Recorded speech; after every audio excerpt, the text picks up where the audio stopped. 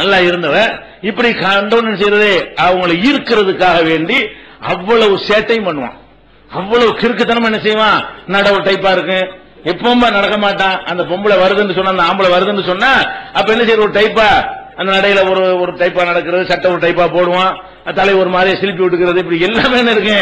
கண்ணாடிக்கு முன்னாடி 75 ஒரு தடவை முகத்தை பாரு, பொம்பளை தான் கண்ணாடிக்கு முன்னாடி நின்று இருப்பா. ஆம்பளை என்னத்துக்கு பாக்குற, ஒரு டெய்லி கண்ணாடி பாக்காட்டா கூட ஒண்ணும் இல்ல ஆம்பளைக்கலாம் வழங்குதா. இவன் என்ன செய்வான், 50 தடவை கண்ணாடி பார்ப்பான் ஒரு நாளைக்கு. இந்த மாதிரி மேட்டர் வந்த பிறகு என்ன செய்யும், மத்தவன் எல்லாம் சாதாரணமா இருப்பானுவோம். ஒரு நாளைக்கு 50 தடவை கண்ணாடி பார்த்தா மெண்டல் தானே அது.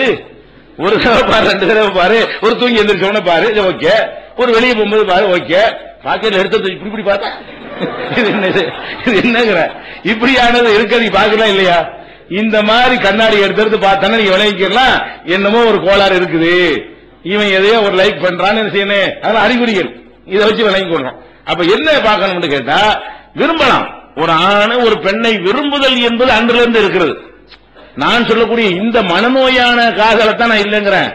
ரசூல் ஸல்லல்லாஹு அலைஹி வஸல்லம் காலத்துல அன்னைக்கே சொல்லிருக்கமா இல்லையா, உம்மு சுலைம் அவங்கள அபூ தல்ஹாங்கிறவரு பக்கத்து வீட்டுக்காரரு, அவர் என்ன செய்யறாரு, உங்களை நான் கல்யாணம் பண்ணிக்கிறேன், அதுல விடோவாதர் இருக்கிறாங்க. உம்மு சுலைம் அவர்கள் ஏற்கனவே கல்யாணம் பண்ணி கணவரை இழந்து அனஸ் ரலியல்லாஹு அன்ஹு ஒரு மகனையும் பெற்று பிள்ளைக்கு தாயும் பிள்ளையுமா இருக்கும் பொழுதுதான் அவர் என்ன செய்யறாரு, உங்களை கல்யாணம் பண்ணிக்கிறேன், நீ முஸ்லீமா இல்ல, நான் முஸ்லீமா இருக்கிறேன், நீ இஸ்லாத்தை ஏற்றுக்கொள்வாயானால் அதை நான் மகராக ஏற்றுக்கொண்டு அப்படி லிமிட்டா காண்றாங்க. இஸ்லாத்தை எதுட்டாவா இல்லட்டு போயிட்டு அதுதான் நார்மல் என்ன அர்த்தம், இஸ்லாத்துல ஏத்துக்கிட்டீங்கன்னா நீ எனக்கு பிரச்சனை இல்ல, இஸ்லாத்தை ஏத்துக்கல இது பெரிய மேட்டர்ல வேற கட்டிட்டு போறேன், நீ தான் எனக்கு வேற ஆளு.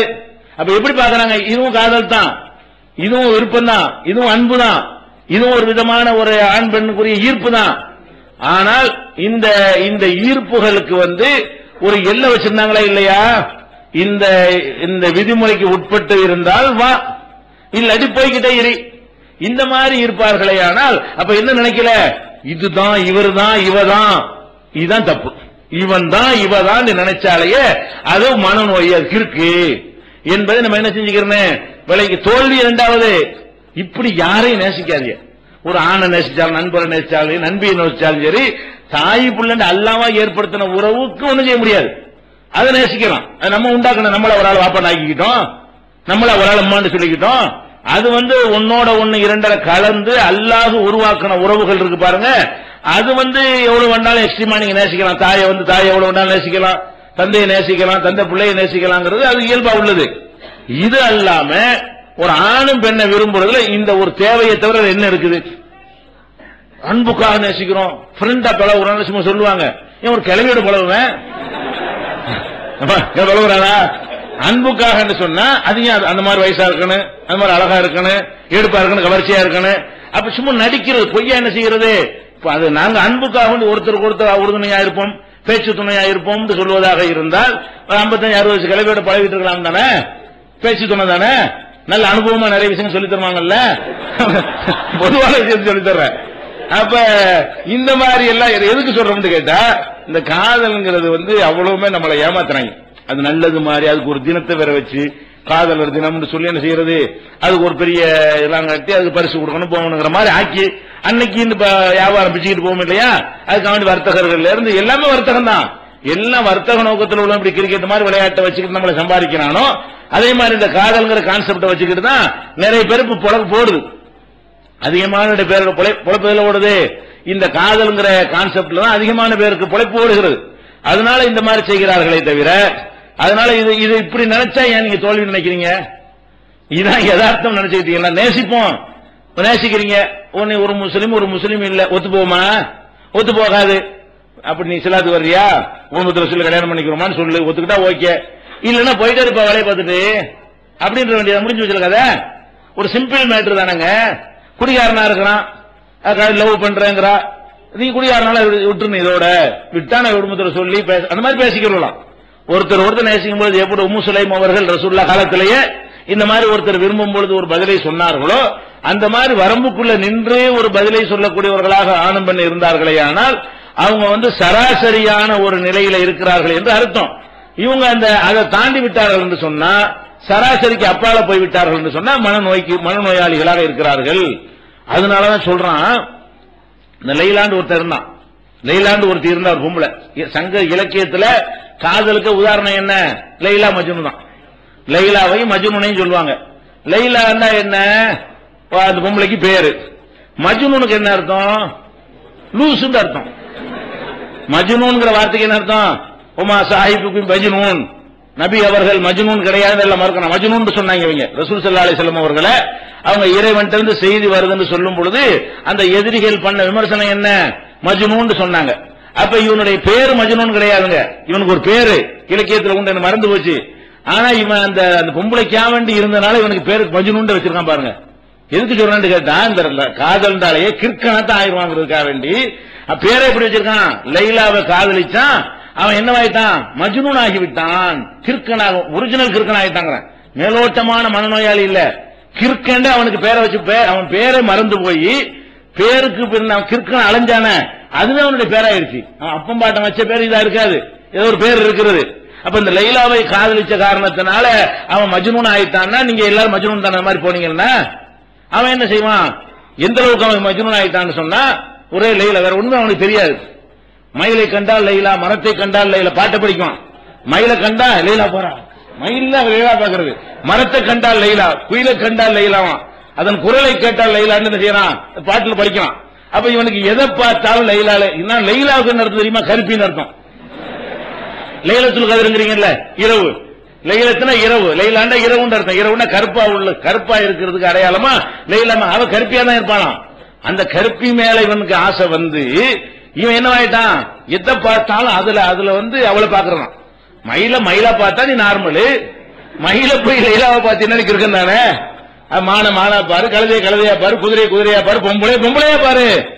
அதை தாண்டி எதுக்கு நீ பாக்குற? வேற ஒண்ணா எதுக்கு பாக்குற? அப்ப இவர்கள் எல்லாம் என்ன செய்வாங்க? வேற ஒன்னாக பார்க்கிற காரணத்தினாலதான் இது வருகிறது.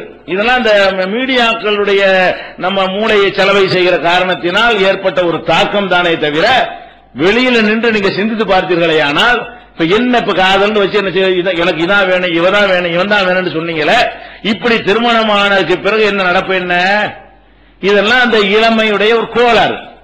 இளமையில அந்த கோளாறுன்னு கூட சொல்லல, இந்த கோளாறு அன்னைக்கெல்லாம் இருக்கல, இவங்க உண்டாக்குனது செயற்கையான முறையில.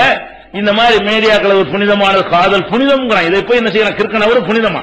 அப்ப புனிதமானது அப்படியாக்கும் இப்படியாக்குன்னு சொல்லிட்டு அதுக்கு ஒரு பாடல்கள் எல்லாம் போட்டு விட்டு அதுக்கு ஒரு பில்டப் கொடுத்தோம். நமக்கு என்ன ஆகுதுன்னு கேட்டா, அது நம்ம காதலி கட்டி நம்ம ஒரு மாதிரியா பாப்பாங்கன்னு நினைக்கிறாங்க.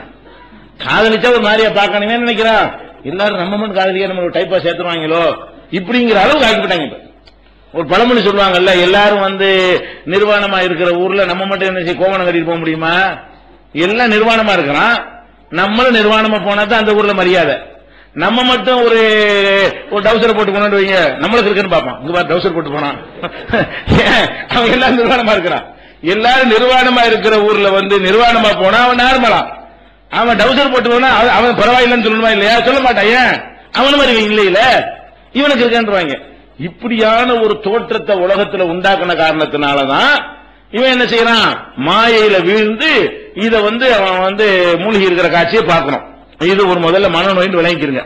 ரெண்டாவது வந்து ஒரு மனிதன் மனநோயாளி என்பதற்குரிய சில அறிகுறி என்னன்னு கேட்டா, அவன் இயல்பாக செய்ய வேண்டிய கடமைகள், அந்த பொறுப்புகளை எல்லாம் எப்ப மறந்து விடுகிறானோ, புறக்கணித்து விடுகிறானோ, அது வந்து மனநோய்க்கு ஒரு அறிகுறி. இது வந்து நேற்று வரைக்கும் நல்ல ஸ்கூல்ல ஃபர்ஸ்ட் மார்க் வாங்குவான், ஒரு அந்த பொம்பளை புள்ள வாங்கிட்டு இருக்கும். இந்த மாதிரி ஒரு பஞ்சாயத்து வந்துச்சுன்னு வைங்க, அப்புறம் முட்டை தான். அப்ப என்ன நீங்க என்ன விளங்குது? ஒரு விஷயத்துல ஈடுபட எந்த அளவுக்கு மூழ்கி விட்டான் என்று சொன்னால், மற்ற எதையும் நான் பார்க்க மாட்டேன், படிப்பு எனக்கு வேணாம், மற்ற எதுவும் எனக்கு தேவையில்லை, தாய் வேணாம், தந்தை வேணாம், ஒண்ணு வேணாம், இவன் தான் வேணும், இவன் தான் வேணும்னு ஒரு முத்தி போகக்கூடிய நேரத்தில் அவனால் படிக்க முடிகிறதா? வேலை பார்க்க முடிகிறதா? ஒரு வேலையில ஒழுங்கு அட்டென்ட் பண்ண முடிகிறதா? அப்ப எந்த ஒரு கடமைகள்லாம் அவன் செய்ய வேண்டும், அவனுக்கு உலகத்துக்கு செய்யற கடமையை விட்டுருங்க, அவனுக்கே செய்ய வேண்டிய சில கடமைகள் இருக்கா இல்லையா? தூங்கவே மாட்டானே. ஏன் தூங்காம படுத்து நிச்சயம் அப்படின்னு நினைச்சிட்டே இருப்பான். பல நாட்கள் தூங்க மாட்டான், கிற்கெல்லாம் தூங்க மாட்டான், தூக்கத்துக்கு மருந்தெல்லாம் கொடுப்போம், இவனும் தூங்குவது கிடையாது. அப்ப இந்த மாதிரியான ஒரு நல்ல விளைவுகளை நீங்க பார்த்தீங்கன்னு சொன்னா, நீங்கள் மனநோய் சம்பந்தமா நிறைய நூல்கள்லாம் எழுதியிருக்கிறார்கள். அதை படிச்சு பார்த்தீங்கன்னா மனநோயுடைய அறிகுறிகள்னு போட்டிருப்பாங்க. அதுல ஒரு 75 அறிகுறி இவனுக்கு இருக்கும். யாருக்கு இருக்கு மனநோய்க்கு அறிகுறின்னு போட்டிருப்பான் பாருங்களேன். அதுல 75% அறிகுறிகள் வந்து இந்த காதல்கிற பாத்தீங்கன்னா கவனிச்சு பாத்தீங்க திக் பண்ணிட்டு வந்தீங்கன்னா எல்லாமே இருக்கும். அப்ப என்ன நம்ம உலகனே இது தேவையில்லை. இது என்னடா ஒரு ஆணும் பெண்ணு சந்தோஷமா இருக்க போறீங்க, இதுதான் மேட்ரு. இதுக்காக வேண்டி என்ன அவன் இல்லாட்டி அவன் இல்லாட்டி இவன் இல்லாட்டி அவன் போக வேண்டியது. ஒரு முறையா கல்யாணம் பண்ணிக்க, அதுக்கு பிறகு அப்பா மாட்டம் வாழாமையா இருந்தாங்க. சரி இப்படிலாம் லவ் பண்ணி கல்யாணம் பண்றீங்களே என்ன ஆகுது? நம்ம ஜமாத்துல எத்தனை பேரு மதம் விட்டு வந்து பல மாதிரி எல்லாம் என்ன செய்யறாங்க வந்து பெற்றோரை எல்லாம் பகைச்சிக்கிட்டு வந்து கல்யாணம் பண்றாங்க.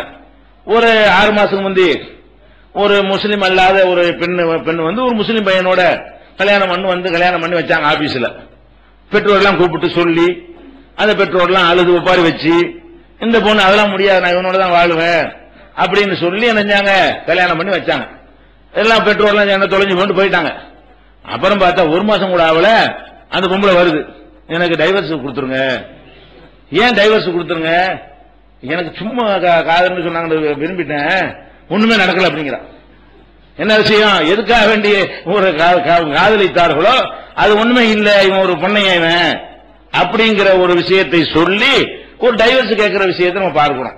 இது ஒரு உதாரணத்துக்கு இப்படி இது மாதிரியான சம்பவங்கள் ஏராளமாக, அதாவது பெற்றோர்கள் பார்த்து திருமணம் செய்து வைத்த திருமணங்கள்லையும் அல்லது நம்மளை விரும்பியும் பண்ணலாம்.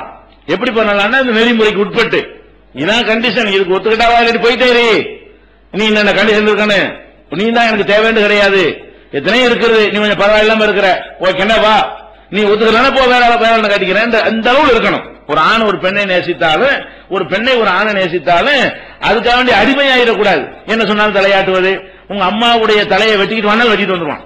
அந்த காதல் போத முத்தி போயிருச்சுன்னு சொன்னா என்ன செய்வான்? நான் உன்னை கல்யாணம் பண்றான்னா உங்க அம்மாவை கழுத்தறுத்து கொள்ளு செய்யறான். கள்ள காதலுக்கு பண்றானே, கள்ள காதலுக்கு ஆம்பளையும் பண்றான் பொம்பளையும் பண்றான். பாக்குறமா இல்லையா? பேப்பர்ல பாக்குறமா இல்லையா? அப்ப இந்த மாதிரி ஒன்றை இந்த மாதிரி விரும்பி விடும் பொழுது, அளவுக்கு அதிகமாக விரும்பி விடும் பொழுது அவங்க என்ன சொன்னாலும் கேட்கக்கூடிய அளவுக்கு என்ன செய்கிறது நிலைமை இருக்கிறது. இதை நம்ம என்ன செய்யணும் வந்து நம்ம கவனத்தில் கொள்ள வேண்டும். இது ஒரு பொய். அடுத்ததாக இந்த மாதிரி உள்ள விஷயங்கள்ல குறிப்பா நீங்க பார்ப்பதாக இருந்தால் நம்ம குடும்பவியல்ங்கிற தொடர்ல இதை பற்றி ஏற்கனவே விலக்கி இருக்கிறோம். பெண்களுக்கு என்று ஒரு சுபாவம் இருக்கிறது. இதை எந்த ஒரு பெற்றோர்களும் கவனித்துக் கொள்வதே கிடையாது, கவனத்தில் கொள்வது கிடையாது. ஏன்னா இவங்களும் பெண்கள் வந்து அவங்களும் அந்த மாதிரி பருவத்தில் இருந்திருக்கிறாங்க. ஆனாலும் அவங்க என்ன செய்றாங்க, அந்த பாசத்துல வந்து அதை மறந்து விடுகிறார்கள். அது என்ன பெண்களுடைய இயல்பு என்று சொன்னால், அவர்கள் வீட்டில் இருக்கக்கூடிய நேரத்தில் அவங்கள வந்து என்ன செய்வாங்க, அம்மாவெல்லாம் திட்டுவாங்க. வீட்டில் இருந்தா அம்மா திட்டுவாங்க, அக்காக்காரங்க திட்டுவாங்க, வீட்டில் இருக்கிற பெரியவங்க எல்லாம் என்ன செய்வாங்க, அதை ரெடி போடி அச்சடின்னு சொல்லி வேலை வாங்கிட்டு இருப்பாங்களா. இப்படியே இருந்து பழக்கப்பட்ட ஒரு பெண்ணுக்கு வந்து ஒருத்தன் வந்து என்ன செய்வான், உன்னை மாதிரி உண்டா, நிலவு மாதிரி இருக்கிற, அப்படியாக்கு இப்படியாக்குமானா இது ஒரு டிஃபரெண்டா தெரியும். அந்த பொம்பளைக்கு இந்த திட்டுனாங்க அம்மாவெல்லாம், நம்மள ஒருத்தன் என்ன செய்யறான் அப்படிங்கிறான் இப்படிங்கிறான் ஆகாங்கிறான் ஓகங்கிறான் புகழ்றான் அப்படின்னு நினைச்ச உடனே அவங்க அப்படி என்ன செஞ்சாங்க, அவனுக்கு பின்னாடி ஓடுற யாராவது ஒன்னு தேர்ந்தெடுத்து கொண்டார்களே. ஆனால் அதுக்காக வேண்டி எந்த ஒரு தியாகத்தையும் செய்ய, ஏன்னா அந்த மாதிரி தாய் தந்தையெல்லாம் வைக்க மாட்டாங்கல்ல, தப்பு செஞ்சா கண்டிப்பாங்க. சில பெற்றோர்கள் பொம்பளை பிள்ளை அடிக்க கூட செய்வாங்க. இந்த மாதிரியே வீட்டுக்குள்ள இருந்து பழகி கொண்டிருந்தவர்களுக்கு ஒரு ஆம்பளை வந்து என்ன செய்யறான், அவன் இந்த மாதிரி அவங்களை கவரக்கூடிய வகையில ஏதாவது ஒண்ணு இன்னும் கவர்ன்னு சொல்ல இயலாது. அது ஆச்சரியமாவெல்லாம் இருக்கு. குரங்கு மாதிரி இருப்பான். அவனை வந்து ரதி மாதிரி ஒருத்தர் என்ன செய்வா, கூட்டிட்டு வருவா, நான் இவரை லவ் பண்றேன்பா. இவனை பார்த்தா இவனுக்கு பொண்ணை இவனுக்கு கொடுக்க மாட்டானே அப்படிலாம் தெரியும். அது என்ன காரணம் கேட்டா, இன்னதுதான் கவர்னு கிடையாது. சொல்லுங்களா, நல்ல பாட்டு படிக்கிறான் அப்படிங்கிறதுக்காக வேண்டி ஒருத்தருக்கு பிடிச்சு போயிடும். நல்ல பாட்டு தான் படிப்பான், வேற என்ன ஒண்ணும் கிடையாது. குடும்பத்தை நடத்துற பாட்டா, குடும்பம் நடத்துவதாக இருந்தால் தாம்பத்திய வாழ்க்கை நடத்தணும், சம்பாதிக்கணும், சோறு போடணும், பேக்ரவுண்ட் இருக்கணும், பிரச்சனைகள் வந்தா சமாளிக்கணும், அப்படி எத்தனையோ விஷயங்கள் அடங்கினது குடும்ப பொறுப்பு என்பது. இப்ப என்ன செய்வா, அவர் நல்ல டான்ஸ் ஆடுவாரு, டான்ஸ் ஆடினா உடனே லவ், நல்ல பாட்டு படிப்பாரு உடனே லவ், நல்ல கிரிக்கெட்ல சிக்ஸரா அடிப்பாரு, அதனால என்ன